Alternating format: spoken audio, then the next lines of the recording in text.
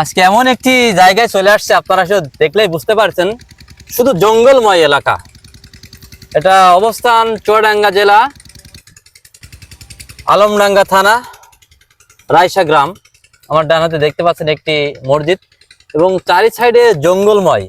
আমরা এমন একটি জায়গা আসলে চলে আসছি, একটি মানুষের কাছে যে আমরা তথ্য নেব, সে মানুষটি কিন্তু আমরা আসলে খুঁজে পাইনি। যতদূর চোখ যায় শুধু গোরস্থান এবং গাছপালাতেই ঘেরা রয়েছে। যে একটি সময় নাকি এই অঞ্চলে আপনার অনেক বসতি ছিল, কালের পরিবর্তনে সবকিছুই বিলীন হয়ে গেছে, কিন্তু আল্লাহর ঘর মসজিদ কিন্তু এখনো আসলে মাথা উঁচু করে দাঁড়িয়ে আছে।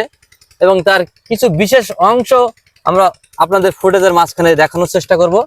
সাথেই থাকুন আর দেখতে থাকুন।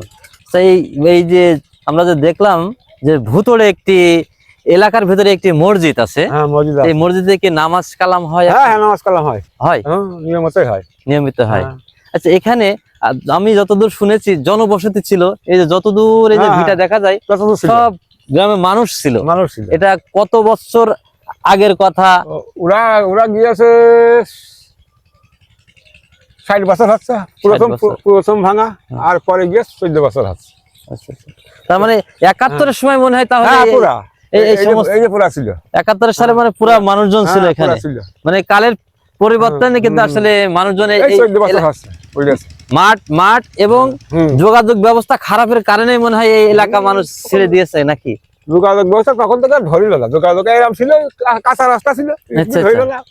বর্ষায় ডুবে যাইতো, বর্ষা আসলে এলাকা ডুবে যেত, এখনো ডুবে যায়, সাঁতার পানি হয়। সেই জন্য মানুষ একটু ড্যাঙ্গার দিকে অগ্রসর হয়েছে। সামনে আগে গিয়েছে কেউ। এই যে আমরা এই বাড়ি করেছি কেন নতুন করে, আমরা ওই দিকে লিখে আসে করছি। আঙ্কেলের নামটা কি? আমার নাম আসমত আলী পরামানিক। আসমত আলী পরামানিক। যাক, আসমত আলী আঙ্কেলের কাছে আমরা আসলে কিছু তথ্য জানার চেষ্টা করলাম। আসলে এই এলাকায় এসে আমি নিজেই কিন্তু আসলে ভয় পেয়ে গেছি। শুধু গোরস্থান আর গোরস্থান এবং গাছ গাছালিতে ভরাই, যতদূর চোখ যায় জঙ্গল আর জঙ্গল আর গোরস্থান। নিজেও কিন্তু আসলে ভয় পেয়েছি। অবশ্যই কারো যদি কোনো তথ্য জানা থাকে অবশ্যই কমেন্টে এটা ক্লিয়ার করবেন। সবাই ভালো থাকবেন, দেখা হবে আবারও নতুন কোনো ভিডিও নিয়ে, নতুন কোনো চিত্রে। আসসালামু আলাইকুম ওয়া রাহমাতুল্লাহি ওয়া বারাকাতুহু।